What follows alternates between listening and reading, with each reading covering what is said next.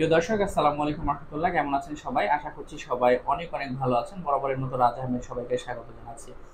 তো এই চ্যানেলে মূলত গাইনোকমেশিয়া নিয়েই কথা বলা হয়ে থাকে। আমি নিজেও একজন গাইনোকমেশিয়া পেশেন্ট ছিলাম। 2013 সালে বাংলাদেশে প্রথম অপারেশন করি। তবে অপারেশনটা খুব ভালো হয় না। এরপরে কিন্তু আমি 2017 সালে কলকাতায় যাই। কলকাতা থেকে এসেই আমি সুস্থ জীবনযাপন করি। মূলত তারপর থেকেই এই চ্যানেলটি ওপেন করা। তো আজকে এক ভাইয়ের ছোট্ট একটা ভিডিও দেখাবো। এই ভাইও কিন্তু কলকাতায় অপারেশন করেছে, বাট অপারেশনের পরে উনি হ্যাপি না। সো এই ধরনের সিচুয়েশনে পড়লে আমাদের আসলে করণীয় কি, এটা নিয়ে আমি কথা বলবো। তো আমি স্ক্রিনে ভাইয়ের ভিডিওটা দেওয়ার চেষ্টা করছি, দেখেন, একটু দেখে নিন। ওনার অপারেশনের মোটামুটি 18 মাস হয়েছে, 1 বছর 6 মাস। আমাকে এই যে আজকে ভিডিওটা বানাচ্ছি, আজকে 23 তারিখ। তো গতকালকেও নক করেছে, আজকেও নক করেছে। তো মনে করলাম যে ওনার যে সলিউশন বা আসলে উনি এখন কি করবে আমাকে জিজ্ঞেস করেছে, তো সেটা আমি ভিডিওর মাধ্যমেই বলতেছি যাদের এই ধরনের প্রবলেম হবে।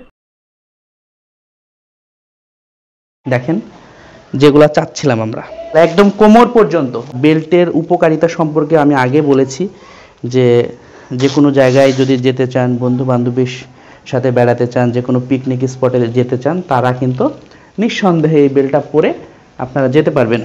আর যেহেতু ফুল বডি বেল্ট হয়ে গেল এবং এটা পরলে কিন্তু সেন্টু গেঞ্জির মতনই মনে হবে। হ্যাঁ, একদম সেন্টু গেঞ্জি, কেউ বুঝতে পারবে না।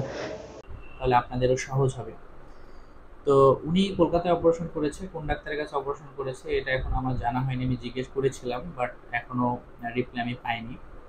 তো যাই হোক, যে ডাক্তারের কাছে করুক ওটা ব্যাপার না। এখন আমার কথা হলো যে ডাক্তার যত ভালোই হোক না কেন, 100টা অপারেশন করলে ভাই 2-4টা অপারেশন খারাপ হয়, যে কোনো কারণে হয়। কারণ কোনো মানুষই কিন্তু 100% না, আমি না, আপনি না, কোনো ডাক্তারও না। সো এই ভাইয়ের যে রেজাল্ট, আমরা এর থেকেও ভালো প্রত্যাশা ছিল আমাদের, কিন্তু আসলে ওইভাবে ভালোভাবে ফিডব্যাকটা আসেনি। লুকিংটা খুব ভালো আসেনি, স্মুথ আসেনি। মোটামুটি মোটামুটি চলার মতো। আর আরেকটা জিনিস লক্ষ্য করলে দেখেন, এই ভাইয়ের কিন্তু অ্যারিওলার যে পার্টটা, এটা কিন্তু অনেক বড়, অর্থাৎ কালো যে অংশটা। সো জেনেটিক্যালি কিন্তু এই ব্যাপারগুলো ঘটে। অনেকের কালো অংশটা ছোট, অনেকের কালো অংশটা অনেক বড় হয়। সো যাদের ছোট হয় তাদের শেপটা কিন্তু আপনার অপারেশন খুব ভালো দেখায়, টান টান দেখায়। কিন্তু এই ভাইয়ের যে অ্যারিওলা পার্টটা, কালো পার্টটা যেহেতু বড়, একটু ফোল্ডিং হয়ে আছে, তো ওভারঅল রেজাল্টটা আশানুরূপ আসলে হয়নি। ঠিক আছে?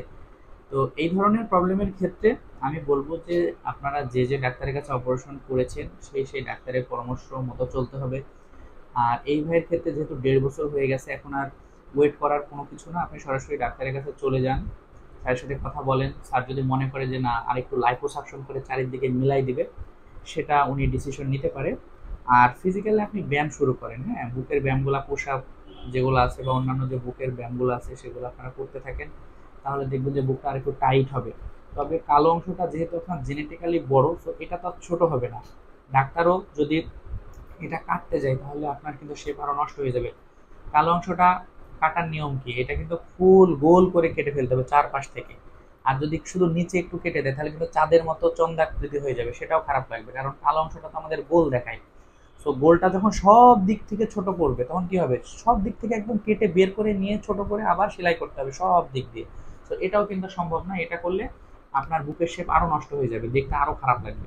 সো আমি বলবো যে আপনি স্যারের কাছে যান, গিয়ে কথা বলেন, তাহলেই আমি মনে করি যে একটা ভালো পরামর্শ পাবেন। আর একটা কথা মানতেই হবে যে সবারই বডি কন্ডিশন যেমন এক না, তেমনি সবারই রেজাল্টে কিন্তু ওইভাবে আসে না। যেমন আপনার কথা যেটা আমি বললাম, আপনার কিন্তু কালো পাটটা অনেক বড় এবং অনেকের দেখবেন কালো পাটটা অনেক ছোট হয়।